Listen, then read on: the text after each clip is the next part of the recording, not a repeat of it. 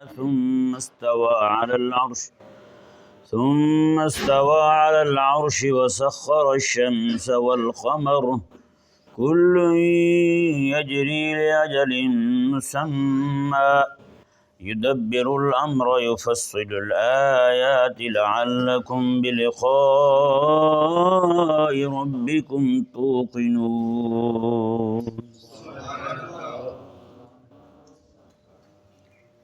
پچھلی آیت مبارکہ میں اللہ تبارک و تعالی نے یہ ارشاد فرمایا کہ قرآن کریم جو ہے وہ آپ کے رب عز و جل کی طرف سے نازل کیا گیا ہے۔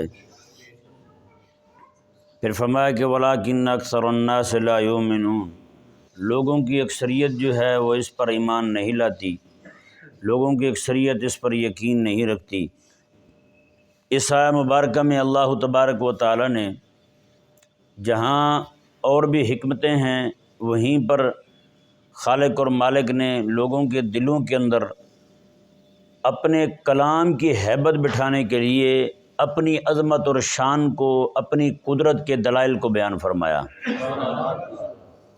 اور دوسرا، چونکہ مشرکین مکہ جو ہیں وہ قرآن کریم کے انکاری تھے، تو اللہ تبارک و تعالیٰ نے اپنے دلائل قدرت بیان فرما کر کے اپنی عظمت اور شان ان کے سامنے ظاہر فرمائی۔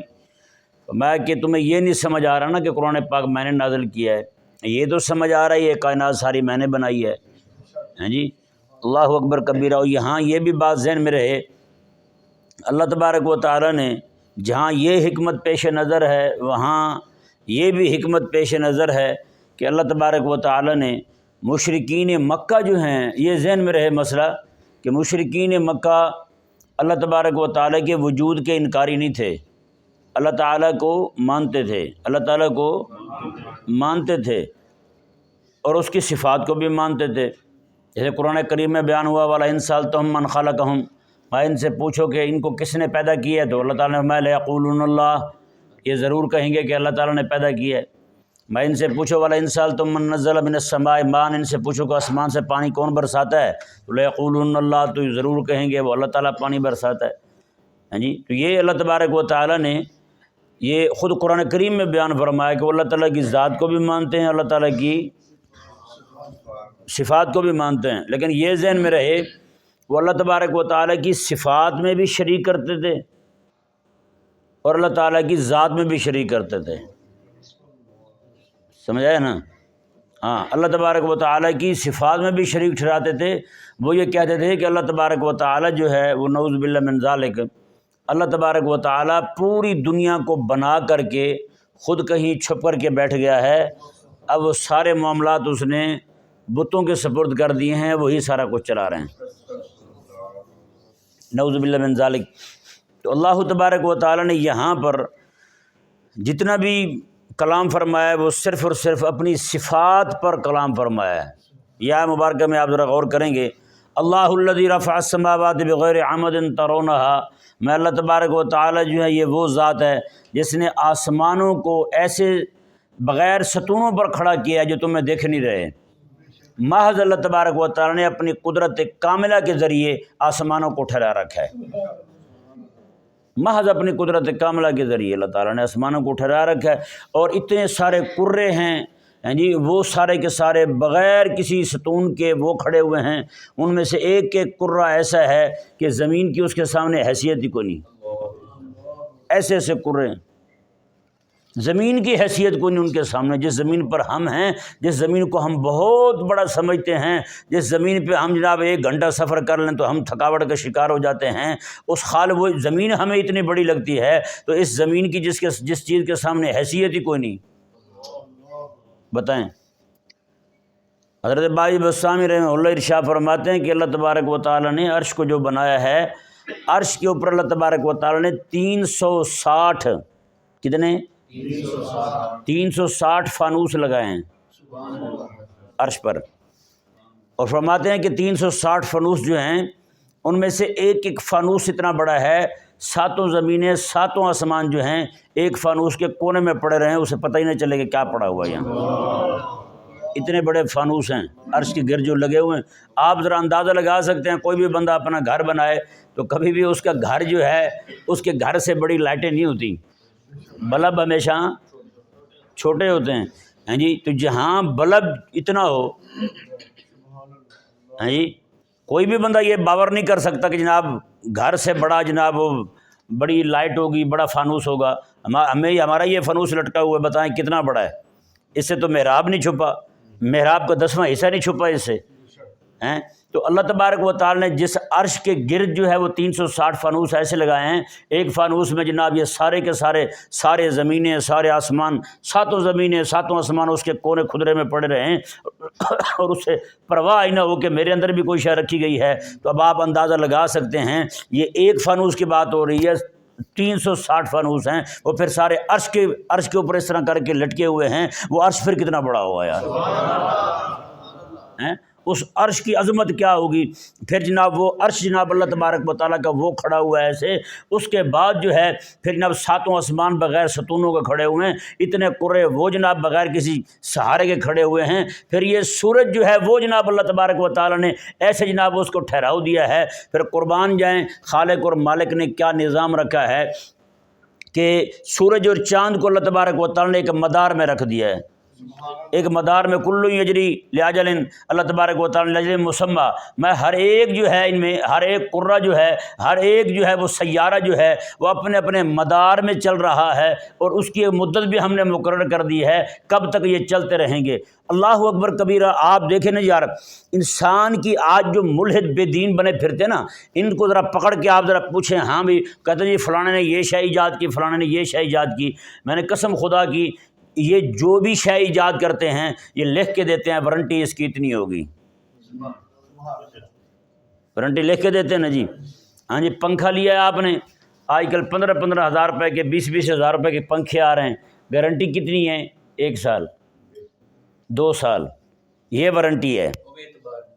وہ بھی فون کرنا پڑتا ہے کان پٹی، ان کو بلانا پڑتا ہے، ہاں بھئی یہ کام ہو گیا آپ کا. ہاں جی، اس کی کٹ جل گئی ہے، فلانا جل گیا ہے یا نہیں؟ ہاں، کبھی پنکھا خود نیچے تشریف لے آتا ہے کھول کے اپنے مالکوں کا سر چومنے کے لیے. تو اس طرح کا بھی نظام ہوتا ہے. لیکن قربان جائیں یہ بھی کیلنڈر کھڑا ہے یار، وہ کھڑا ہے کیلنڈر. ہاں جی، جب سے زمین اور آسمان بنے ہیں تب سے یہی نظام چل رہا ہے یا نہیں؟ جنوری کی 7 تاریخ کو، ہاں جی، تب بھی سورج اسی جگہ پہنچتا تھا. جنوری کے 7 تاریخ کو سورج آج بھی اسی جگہ پہنچتا ہے.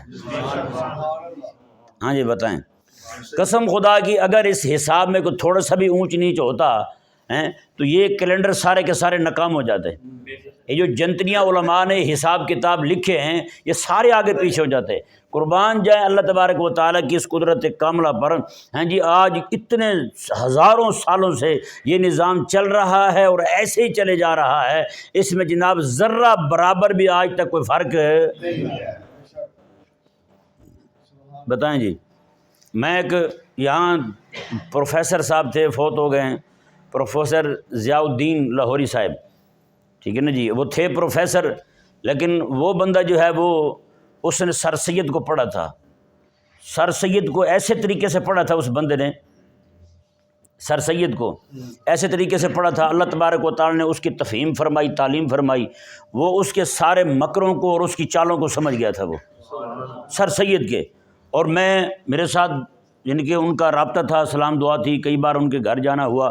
تو وہ ضیاء الدین صاحب جو ہیں وہ کھرا مسلمان تھا، پروفیسر ہو کے بھی، ہیں جی، پروفیسر بھی اور ساتھ ساتھ مسلمان بھی. یعنی اس میں لبرلزم والا، سیکولرزم والا، اس طرح کا مادیت پرستی والا ذرہ بر بھی یعنی کہ اللہ تعالیٰ نے اس کو بچایا ہوا تھا. اور اس نے مجھے خود بتایا، اس نے کہا میں جب اس پہ لکھ رہا تھا میں پوری تحقیق کر کے، کیونکہ یہاں جو خط پڑے ہوئے تھے اس کے پاس انگریزوں کے، میں نے انہیں بھی پڑھا.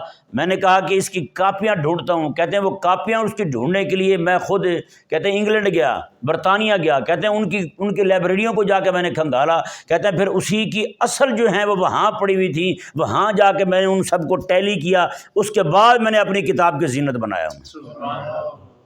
بتائیں، یعنی کہ ایسا اعتماد والا بندہ. وہ کہتا ہے میں نے سر سید کے بارے میں بھی تحقیق کرتے ہوئے کسی سستی کو روا نہیں رکھا. میں نے کہا بھی ٹھیک ہے جی، دین دشمن ہے تو چل ٹھیک ہے چلنے دیں. نہ انہوں نے کہا میں نے سارا دیکھ کے رکھا ہے۔ اس بندے نے حساب بنایا ہوا تھا، آپ حیران ہوں گے، 1000 سال کا۔ کتنے کا؟ 1000 سال کا حساب، ساری نمازوں کا، پھر روزوں کا بھی، 1000 سال کا۔ اس نے کہا جو حساب بنا کے رکھا ہے نا، آج تک زندگی میں جتنے بھی حساب دیکھے ہیں، ایک بار بھی عید جو ہے اور چاند کا، رمضان کا چاند جو ہے وہ آگے پیچھے نہیں، وہ جو میں نے بنا کے رکھا ہے یہ سارا میرے آقا علیہ السلام کی تعلیمات کی برکت ہے۔ وہ میں نے خود دیکھا ان کے ہاں، وہ سارا لکھا ہوا تھا ان کے پاس۔ تو بتائیں یار، یہ سارا اللہ تبارک و تعالیٰ کا، آج پوری دنیا کے اندر کون سی ایسی شے ہے یار، بڑے سے بڑا جناب وہ انجینئر آ جائے، بڑے سے بڑا جناب وہ آ جائے، یہاں پہ دیکھیں بادشاہی مسجد کو دیکھیں کب سے بنی ہوئی اور کیسے کھڑی ہوئی ہے، کھڑی ہوئی نا۔ آج انجینئر آ گئے جناب، یہ دوربین لگا کے سڑکیں سیٹ کر رہے ہوتے ہیں، اور پل جناب بنا کے جاتے ہیں، وہ ایک ہفتہ نہیں گزرتا پل سجدہ ریز ہو جاتی ہے یا نہیں؟ اور بغیر رکوع کے، رکوع کرے تو لوگ سنبھل جائیں بھی سجدے کی طرف جا رہی ہے، وہ ایک دم سجدہ ہی کرتی ہے سیدھا۔ تو یہ والا نظام ہے۔ لیکن اللہ تبارک و تعالیٰ نے جو نظام بنایا ہے، قربان جائیں اللہ تعالیٰ کی عظمت اور شان پر، جی یہ کیلنڈر بن کے کھڑا ہوا ہے، آج بھی اسی پہ عمل ہو رہا ہے اور آنے والے وقتوں تک اسی پہ عمل ہوتا رہے گا۔ جب تبدیلی آنی ہے وہ تب آنی ہے، وہ بھی میرے آقا علیہ السلام نے بیان فرما دی، کریم آقا علیہ السلام نے بیان فرما دیا، فرمایا کہ پھر وقت آئے گا، ایسا آ جائے گا کہ فرمایا کہ پھر اتنے جناب دنوں کے برابر ایک دن ہوگا۔ صحابہ کرام علیہ رضوان عرض کرتے ہیں یا رسول اللہ پھر ہم نمازوں کا حساب کیسے کریں گے؟ جی یعنی کہ یہ آقا علیہ السلام نے بیان فرمایا ہے، یہ حساب آگے پیچھے ہونا، کب جا کے ہونا ہے یا آگے جا کے ہونا ہے۔ آج بھی اگر دیکھیں مثال کے طور پر، یہ جو جس حساب سے سورج جو ہے وہ چکر کاٹ رہا ہے، اس کے 10 گنا، اس کا جو چکر ہے نا، اس میں سے 10 گنا وقت کو کم کر دیا جائے تو یہ رات اور دن جو ہے یہ 10 گنا بڑے ہو جائیں، اور رات بھی 10 گنا بڑی ہو جائے اور دن بھی 10 گنا بڑا ہو جائے، 10 گنا بڑا ہو جائے، اور پھر اس سے موسموں پر کیا اثر پڑے گا؟ یہ پھر آپ کسی محکمہ موسمیات والے سے جا کے پوچھیں، ہاں جی پھر موسموں کا کیا حساب بنے گا، ہاں جی جو پھر سردی پڑے گی اس کا کیا حساب بنے گا؟ جو چیزیں سردی کی وجہ سے جناب تیار ہوتی ہیں، موسم کے ٹھنڈک کی وجہ سے تیار ہوتی ہیں، پھر ٹھنڈک برف اتنی پڑے گی وہاں کوئی شے اگ نہیں سکے گی۔ آج بھی جہاں برف پڑتی ہے وہاں دیکھیں کیا شے اگتی ہے، وہاں پہ کچھ بھی نہیں اگتا، وہاں کوئی شے جناب ان کے کھانے پینے کی جناب ان کو ہاتھ نہیں آتی، ظاہری بات ہے برف ہی پڑی ہوئی تو کیا بچے گا، ہیں جی۔ پھر اس طرح کا حساب ہوگا، پھر گرمی پڑے گی تو وہ بھی بے تحاشا گرمی پڑے گی، گرمی ایسی کہ جو صرف اتنی چاہیے ہوتی ہے کہ شے کو پکا دے، پھر وہ شے کو جلانے لگ جائے گی، کچھ بھی ہاتھ نہیں آئے گا۔ تو یہ نظام خالق اور مالک نے رکھا ہے۔ بھائی آپ نے اے سی لگایا، اے سی کو آگ لگ گئی، پنکھا لگایا، پنکھے کو آگ لگ گئی، آپ نے جناب سولر بنا دی، جو بھی شے بنا دی اس کو آگ لگ جاتی ہے، سارا کچھ ہو جاتا ہے۔ لیکن قربان جائیں یار، اللہ تبارک و تعالیٰ نے آج اتنے ہزاروں سالوں سے یہ نظام جو بنایا ہے، واللہ باللہ کہہ رہا ہوں آج تک اس میں ایک رتی کے برابر بھی فرق نہیں آیا۔ اللہ الذی رفع، میں کہتا ہوں قسم خدا کی آپ غور کرتے جائیں، دماغ جو ہے وہ پھٹنے والا ہو جائے گا، آپ کبھی بھی جناب اس کی تہہ تک نہیں پہنچ سکیں گے۔ ہاں اللہ تبارک و تعالیٰ نے آج دیکھیں نا، یہ پاٹے خواہ بنے پھرتے ہیں جناب، ہم خلا میں چلے گئے، ہم فلاں چلے گئے، اور بھئی اللہ تبارک و تعالیٰ نے جو نظام رکھا ہوا نا، یہ سارے کا سارا اتنا کچھ، یعنی کہ اللہ تبارک و تعالیٰ نے جن چیزوں کو وجود رکھا ہے اس کی ان کو ہوا تک نہیں لگی، اتنا اللہ تبارک و تعالیٰ نے پیدا فرمایا ہے۔ اب آپ ذرا یہی دیکھ لیں، اللہ تعالیٰ نے اللہ الذی رفع السماوات بغیر عمد ترونھا، اللہ تبارک و تعالیٰ تو وہ ہے جس نے آسمانوں کو بغیر ستونوں کے کھڑا کیا ہے، وہ تمہیں نظر نہیں آتا، دکھائی نہیں دیتے، صرف محض اللہ تبارک و تعالیٰ نے اس کے اندر ایسی کشش رکھ دی، ایسی جاذبیت رکھ دی کہ آسمان جو ہے وہ اپنی جگہ سے ہزاروں سال سے کھڑا ہوا ہے، مجال کہیں سے جناب اس کی وہ کڑکڑ کی آواز ہی آئی ہو کسی کو، آج تک سنی ہے کسی نے آواز بھی؟ آج جناب آسمان جو ہے اپنا بوجھ نہیں اٹھا سکتا۔ یہ سائنسدان تو ایسے احمق ہیں، یہ تو خود یہ آسمانوں کے وجود کا انکار کرتے ہیں، وہ کہتے ہیں جی ہمارے علم میں نہیں ہے۔ بھائی عدم علم جو ہے وہ کسی شے کے عدم وجود کو مستلزم ہی کوئی نہیں، یعنی جس شے کو تم نہیں جانتے اس کا انکار کر دو اس کے وجود کا، یہ کیا ہمکانہ بات ہوئی؟ آسمان ہے، پھر کرے ہیں، اللہ تبارک و تعالیٰ نے اتنی ساری عجائبات کو پیدا فرمایا ہے، جی تم تو پہنچ نہیں سکتے اس تک۔ اگر تم کچھ لینا چاہتے ہو نا، خوشبو لینا چاہتے ہو، تو پھر آؤ میرے حبیب کریم علیہ السلام کی بارگاہ میں، جو ان ساری چیزوں کو دیکھ کے آئے ہیں، وہ تمہیں بتائیں گے کہ کیا کیا شے میرے خالق اور مالک نے پیدا فرمائی۔ ہاں یہ نہیں سمجھ آئی؟ اللہ اکبر کبیرہ۔ رب تبارک و تعالیٰ نے ارشاد فرمایا اللہ الذی رفع السماوات بغیر عمد ترونہا، فرمایا اللہ تبارک و تعالیٰ وہ ہے جس نے آسمانوں کو بغیر ایسے ستونوں کے پیدا فرمایا، ترونہا جنہیں تم دیکھ ہی نہیں سکتے، یعنی کہ وہ ہیں ہی نہیں ستون، بغیر کسی ستونوں کے اللہ تعالیٰ نے وہ ستون ہیں تو کیا ہیں، وہ اللہ تبارک و تعالیٰ نے جو کشش رکھی ہے اس میں جو جاذبیت رکھی ہے اسی کے ساتھ کھڑے ہیں۔ پھر وہ سارے کرے جو ہیں جو جناب چکر کاٹ رہے ہیں، وہ سارے سیارے جو ہیں جو اپنے مدار میں گھوم رہے ہیں، پھر سورج ہے، پھر چاند ہے، سارے کے سارے چل رہے ہیں، اللہ تبارک و تعالیٰ نے ان کے بارے میں فرمایا میں کہ وہ بھی سارے بغیر ستونوں کے کھڑے ہیں۔ میں کہ یہ سارا کچھ بنانے کے بعد ثم استوى علی العرش، اللہ تبارک و تعالی نے عرش پر استوا فرمایا ہے۔ استعلاء مطلب یہ کہ اللہ تبارک و تعالی نے حکومت بھی اپنے ہاتھ میں رکھی ہے۔ جس طرح مشرکوں نے کہا کہ اللہ تبارک و تعالی نے یہ سارا کچھ بنا کے خود اللہ تعالیٰ چھپ گیا ہے کسی کونے میں، اب اللہ تبارک و تعالی نے وہ سارا نظام جو ہے وہ اپنے شریکوں کو، اپنے ساجیوں کو، اپنے اس کے جو کفو ہیں یعنی بت جو ہیں اللہ تبارک و تعالی نے ان کے حوالے کر دیا ہے۔ اللہ تعالیٰ نے فرمایا نہ خالق بھی وہی ہے اور مالک بھی وہی ہے۔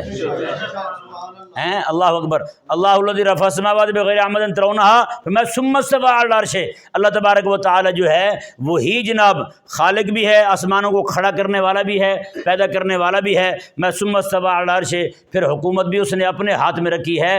پوری کائنات عالم میں آج بھی جو کچھ جہاں جہاں چل رہا ہے یہ محض اللہ تبارک و تعالی کی قدرت کاملہ کے ذریعے چل رہا ہے۔ مشرکین جو یہ کہتے پھرتے ہیں اللہ تبارک و تعالی جو ہے، جیسے یہودیوں کو یہ نظریہ ہے اللہ تعالیٰ نے ہفتے میں پورے ہفتے میں یہ سارا کچھ بنایا تھا، پھر ہفتے والے دن اللہ تعالیٰ نے تھکاوٹ دور کی تھی اپنی، نعوذ باللہ من ذالک۔ جب جاہلانہ اور احمقانہ نظریہ ہے یہ، تو مشرکین تو یہودیوں سے بھی آگے بڑھے ہوئے ہیں، انہوں نے کہا کہ اللہ تبارک و تعالیٰ جو بنانے کے بعد وہ کہیں کونے خدرے میں چھپ گیا ہے، نعوذ باللہ ثم نعوذ باللہ۔ اللہ تعالیٰ نے میں ثم استوى علی العرش، میں نہ بنایا بھی اسی نے ہے، پھر حکومت بھی اسی کی ہے، ہاں حکومت بھی اسی کی ہے۔ پھر میں وسخر الشمس والقمر، اللہ تبارک و تعالیٰ نے سورج کو اور چاند کو قابو میں رکھا ہوا ہے۔